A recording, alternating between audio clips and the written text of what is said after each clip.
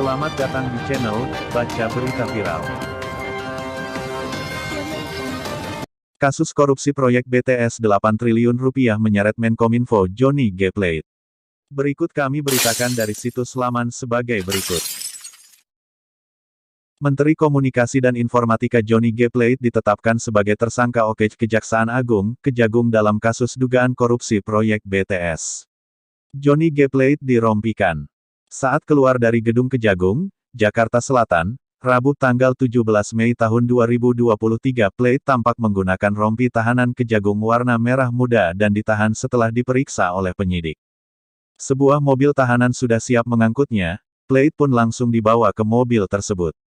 Saat yang sama itu mobil Plate digeledah aparat Kejaksaan Agung di Gedung Bundar, Jampitsus, Kejagung, Jakarta, Rabu 17/5. Sejumlah barang yang disita dari mobil Fortuner hitam yang ditumpangi Plate. Kemungkinan besar yang diambil adalah sebuah handphone, HP, KTP, ID card, beberapa dokumen hingga amplop putih.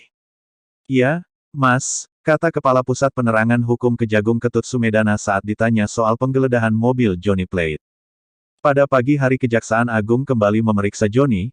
Ketut mengatakan Johnny bakal diperiksa di kasus korupsi penyediaan menara Base Transceiver Station, BTS 4G dan infrastruktur pendukung 2, 3, 4 dan 5 bakti Kominfo. Walau hak itu Ketut tidak menjelaskan lebih lanjut ihwal materi pemeriksaan yang akan dikonfirmasi penyidik kepada Plate. Menyebutkan status Plate dalam pemeriksaan masih sebagai saksi-saksi sekaligus kuasa pengguna anggaran bakti Kominfo.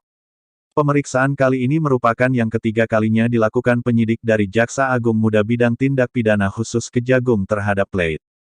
Plate sebelumnya telah diperiksa penyidik di Gedung Bundar, pada Selasa 14/2, dan Rabu 15/3.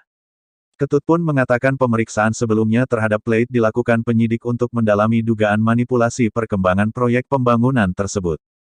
Adanya indikasi manipulasi pertanggungjawaban kemajuan atau progres proyek sehingga seolah-olah pencairan 100% dapat dilaksanakan terlebih dahulu, ujarnya dalam keterangan tertulis. Ketut mengatakan Plate juga akan diperiksa terkait kebijakannya dalam perencanaan pembangunan BTS. Pasalnya proyek yang seharusnya dilaksanakan dalam jangka waktu 5 tahun, akan tetapi dilakukan hanya dalam kurun waktu 1 tahun. Adapun penyidik sedianya juga akan mengklarifikasi dugaan pemufakatan jahat untuk menaikkan harga yang dilakukan sejumlah pihak dalam proyek tersebut. Dalam kasus ini, Kejagung sebelumnya telah menetapkan 5 orang sebagai tersangka. Salah satunya merupakan Direktur Utama Bakti Kominfo Anang Ahmad Latif Al. Sementara sisanya yakni Direktur Utama PT Mora Telematika Indonesia Galubang Menak, Tenaga Ahli Human Development HUDEV, Universitas Indonesia tahun 2020 Yohan Suryanto.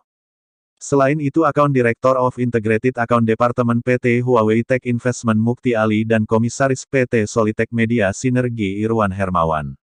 Sejatinya proyek pembangunan menara BTS 4G Bakti Kominfo dilakukan untuk memberikan pelayanan digital di daerah terdepan, terluar, dan tertinggal 3T.